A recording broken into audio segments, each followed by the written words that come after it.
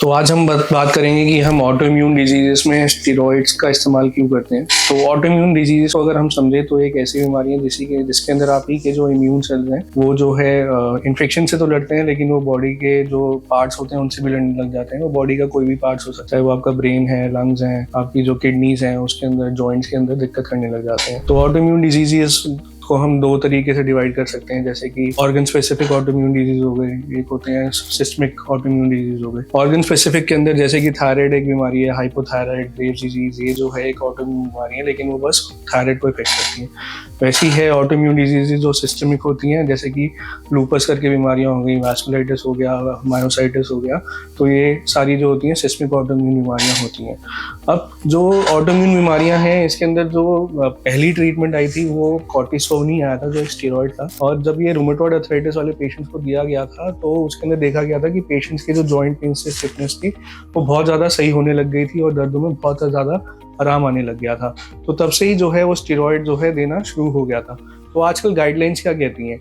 अब हर disease, autoimmune diseases जो है वो कभी करीब जो है 80 तरह के ऑटोइम्यून डिजीज होते हैं, और हर ऑटोइम्यून डिजीज में कभी हमको हाई डोज स्टेरॉइड देना पड़ता है, कभी लो डोज देना पड़ता है, और ये रूमेटोलॉजिस्ट ही बता सकता है, क्योंकि कई बार जो पेशेंट होते हैं वो सेल्फ मेडिकेट ही कर रहे होते हैं। कभी वो अपने हिसाब से स्टेरॉइड लेते हैं, कभी वो हाई डोज ले रहे होते हैं, और 1-2 साल तक उनका हाई डोज स्टेरॉइड चलता रहता है, विच कॉजेस साइड इफेक्ट। ठीक है, तो अगर हम रूमेटॉइड अर्थराइटिस की बात करें तो उसके अंदर क्या स्टेरॉइड देने से क्या फायदा होता है कि इन्फ्लेमेशन कम होने लग जाती है, जॉइंट पेन्स कम होने लग जाते हैं, जॉइंट की स्वेलिंग कम होने लग जाती है, जॉइंट का फंक्शन जो है वो इंप्रूव होने लग जाता है, क्योंकि जो इन्फ्लेमेटरी सेल्स वहाँ पे पहुंच के जॉइंट्स के अंदर डैमेज कर रहे होते हैं वो नहीं पहुंच पाते हैं, इसकी वजह से डैमेज जो होता है वो रुक जाता है। स्टेरॉइड जो है वो बाकी जो केमिकल्स होते हैं, साइटोकिन्स, कीमोकाइंस, उसकी जो प्रोडक्शन है उसको भी कम करता है।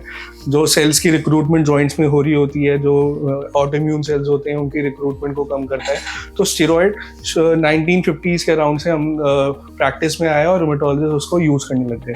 लेकिन कई बार पेशेंट देखते हैं हम वो 20 mg स्टेरॉइड ले रहे हैं, प्रेडनिसोलोन उनका 20 चल रहा है, मिथाइल प्रेडनिसोलोन उनका 30 चल रहा है, वो बहुत लंबे समय तक चलता है। इतना देने की जरूरत नहीं पड़ती है। और रूमेटॉइड अर्थराइटिस एक ऐसी बीमारी है जिसमें न्यू मेडिकेशंस आने के बाद, बायोलॉजिकल्स आने के बाद, स्मॉल मॉलिक्यूल्स आने के बाद स्टेरॉइड की ज़्यादा जरूरत नहीं पड़ती है। स्टेरॉइड स्टार्टिंग में दिया जाता है, 2 से 3 महीने दिया जाता है, क्योंकि जो बाकी मेडिसिन है, मीथोट्रेक्सेट, लेफ्लोनोमाइड, सल्फासालाजीन, ये थोड़ा टाइम लेती हैं। जैसे मीथोट्रेक्सेट करके दवा है वो 2 से 3 महीने लेती है काम करने के लिए, तब तक थोड़े ड्यूरेशन के लिए हमको स्टेरॉइड देना पड़ता है, जो हम रोक सकते हैं।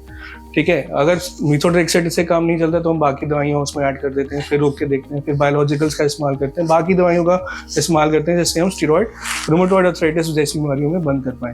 एंकलोजिंग स्पॉन्डिलाइटिस में स्टेरॉइड का कोई रोल नहीं है, तब भी पेशेंट जो है वो स्टेरॉइड लेते रहते हैं। एंकलोजिंग स्पॉन्डिलाइटिस में अगर स्टेरॉइड देना है तो हम नी जैसे जॉइंट्स के अंदर दे सकते हैं, तो जॉइंट के अंदर हम स्टेरॉइड लगा सकते हैं। तो वो एक छोटा डोज होता है और वो एक जॉइंट में देते हैं, उसके ज़्यादा साइड इफेक्ट्स भी नहीं होते हैं, और जॉइंट भी जो अगर एंकलोजिंग स्पॉन्डिलाइटिस की वजह से प्रभावित है तो वो भी ठीक होने लग जाता है। बाकी बीमारियां होती हैं जैसे कि लूपस हो गया, लूपस में किडनी की इन्वॉल्वमेंट हो रही है तो हमको बहुत हाई डोज स्टेरॉइड देना पड़ता है। ठीक है, और धीरे धीरे करके उसके साथ जो है स्टेरॉइड स्पेयरिंग एजेंट्स देते हैं, जैसे माइक्रोफिनोलेट हो गया, साइक्लोफॉस्फेमाइड हो गया, अलग अलग तरह के स्टेरॉइड स्पेयरिंग एजेंट्स होते हैं, जिससे हम धीरे धीरे करके 3 महीने के अंदर स्टेरॉइड का डोज बहुत कम कर देते हैं। तो ये चीजें होती हैं। अब स्टेरॉइड से ये प्रॉब्लम है, अगर आप अपने हिसाब से दवाइयाँ करें, अपने हिसाब से स्टेरॉइड चला रहे हैं, आपको पता चल गया कि यही काम की दवा है, यही लेते रहते हैं, तो इससे साइड इफेक्ट्स होने लग जाते हैं। तो स्टेरॉइड जो है उसके साइड इफेक्ट्स अगर समझें तो उसके अंदर आँखों से शुरू करें तो आँखों के अंदर कैटरैक्ट होना, ग्लूकोमा होना, ऐसी बीमारी तकलीफें होने लग जाती हैं। बीपी, हाइपरटेंशन हो जाता है, शुगर बढ़ने लग जाता है, हड्डियाँ जो है वो खोखली होने लग जाती है। कई बार स्टेरॉइड से जो है पेट में छाले बन जाते हैं, छाले बनते हैं तो उनसे खून आने लग जाता है, तो ब्लीडिंग स्टार्ट हो जाती है। तो ये साइड इफेक्ट होते हैं। तो ये अगर लंबा चलता है, बिना किसी देख रेख के चलता है, तो ये साइड इफेक्ट भी करता है। तो स्टेरॉइड जो है उसका बेनिफिट ऑटोइम्यून बीमारियों में बहुत है, और हर बीमारी के लिए अलग स्टेरॉइड का डोज दिया जाता है जो डिटरमाइंड पहले से ही है। ठीक है, रूमेटॉइड अर्थराइटिस में हमको लो डोज स्टेरॉइड देना है, हमको लूपस जैसी बीमारियों में जिसमें किडनी ज़्यादा इन्वॉल्व हो रही है या आपके लंग्स ज़्यादा इन्वॉल्व हो रहे हैं तो हाई डोज स्टेरॉइड देना है। तो ऐसे करके हम ट्रीटमेंट स्टेरॉइड के थ्रू करते हैं। तो अगर आपको लग रहा है कि आपको ऑटोइम्यून डिजीज है और अपने हिसाब से आप ट्रीटमेंट कर रहे हैं स्टेरॉइड से, तो आप मत कीजिए, आपको रूमेटोलॉजिस्ट से ज़रूर मिलना चाहिए। Thank you.